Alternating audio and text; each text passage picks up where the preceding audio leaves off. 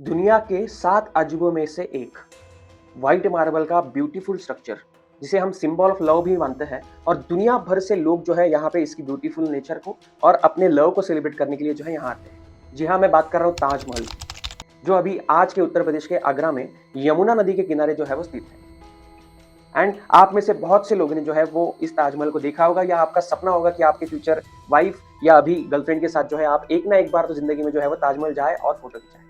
लेकिन क्या आपको मालूम है, जैसा ये एक व्हाइट ताजमहल है, ऐसा ही यहाँ पे एक ब्लैक ताजमहल भी बनने वाला था।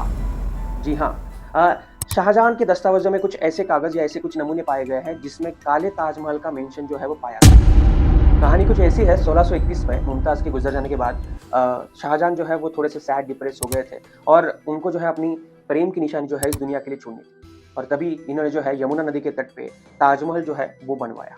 इस ताजमहल को बनते बनते लगभग 20 साल लग गए, लेकिन ये काम यहीं पे खत्म होने नहीं वाला था। शाहजहां के दिमाग में एक और आइडिया था। वो यमुना नदी के दूसरे किनारे ठीक ताजमहल के पीछे एक काला ताजमहल भी बनवाना चाहते, जो उनके मरने के बाद उनकी टूम जो है उस काले ताजमहल में रहेगी और मुमताज की जो टूम है वो इस व्हाइट ताजमहल में रहेगी, जिनसे इन दोनों की प्रेम कहानी जो है वो सदियों तक याद रखी जाएगी। ऐसा कुछ फिलोसोफर्स भी मानते हैं कि व्हाइट ताजमहल जो है एक प्रेम की निशानी है, एक हंसते खेलते मुमताज की निशानी जी है, जिसके ऊपर जो है शाहजहां अपने दिलो जान से जो है वो प्यार करता था। और काला ताजमहल एक ऐसी निशानी मानी जाती है कि शाहजहां जो है वो मुमताज के गुजर जाने के बाद जो है वो बहुत ही सैड और डिप्रेस हो गया था। तो ये डिपिक्ट करना चाहते थे कि अपने लवर्स के गुजर जाने के बाद, यानी कि अपनी प्रेमिका के गुजर जाने के बाद जो है वो एक प्रेमी की अवस्था कैसी हो जाती है। और इसका काम भी जो है वो लगभग चालू हो गया था। मतलब आज भी आप अगर जाके देखोगे यमुना नदी के दूसरे किनारे, वहां पे आपको एक बेसमेंट नजर आए।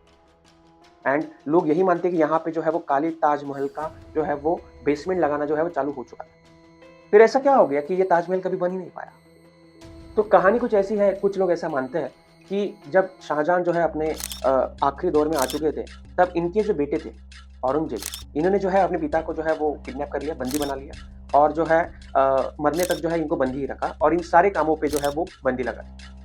एंड शाहजहां ने जो है फिर भी इसको लिख के रखा था अपने वसीयत में कि ये मेरी याद में बनाया जाए, ऐसा हो वैसा हो। लेकिन औरंगजेब ने जो है इन सारे कागजों को नष्ट कर दिया और लोगों के सामने रखा कि ये इस्लाम के खिलाफ है, ये अपने धर्म के खिलाफ है और ऐसा कुछ भी यहाँ पे कुछ भी जो है वो खड़ा होना नहीं चाहिए। और ऐसा भी माना जाता है कि उस वक्त जो है वो औरंगजेब के हालात जो है वो काफी अच्छे नहीं थे, दैट्स व्हाई उन्होंने जो है वो इस प्लान को खारिज कर दिया। एंड ये जो है वो काला ताजमहल बनते बनते बन गया। सोचो अगर सच में ये काला ताजमहल बन जाता तो आगरा में एक काला ताजमहल और एक व्हाइट ताजमहल, दोनों दुनिया के 7 नहीं, एक नंबर का अजूबा हमको देखने को मिलता और भी लोग जो है इसकी उस तरफ जो है पीछे चले आते।